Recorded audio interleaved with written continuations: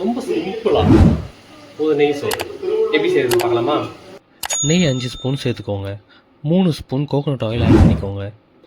3 பட்டை, 4 கிராம்பு, 2 ஏலக்காய், சீரகம், சோம்பு, முந்திரி இதெல்லாம் எடுத்து போட்டு கொஞ்ச நேரம் வதக்குங்க. 2 பச்சை மிளகாவையும் கருவேப்பிலையும் ஆட் பண்ணிக்கோங்க. அதோட வெடிப்பு எல்லாமே கம்மியானோடனே 2 வெங்காயத்தை ஆட் பண்ணிக்கோங்க. வெங்காயம் நல்லா வதங்கணும். இந்த பதத்துக்கு வதங்கணும். இந்த சமயத்தில் 2 ஸ்பூன் இஞ்சி பூண்டு விழுதை ஆட் பண்ணிக்கோங்க. புதினா, கொத்தமல்லி இது எல்லாத்தையும் ஆட் பண்ணி நல்லா வதக்கிக்கிட்டே வாங்க. கடைசியாக 1 ஸ்பூன் கரம் மசாலா மட்டும் ஆட் பண்ணிக்கோங்க. இன்றைக்கி நான் சமைக்கிறதுக்காக சீரக சம்பா அரிசி தான் எடுத்து வச்சுருக்கேன். 1 கப் அரிசிக்கு 1.5 கப் தண்ணின்ற அளவில் நான் எடுத்து வச்சுருக்கேன்.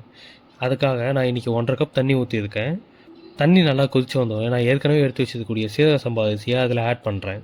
தேவையான அளவு உப்பு மட்டும் போட்டு 10 நிமிஷம் மீடியம் ஃப்ளேம்லேயே வைங்க. அவ்வளோதான், சுவையான நெய் சோறு தயார்.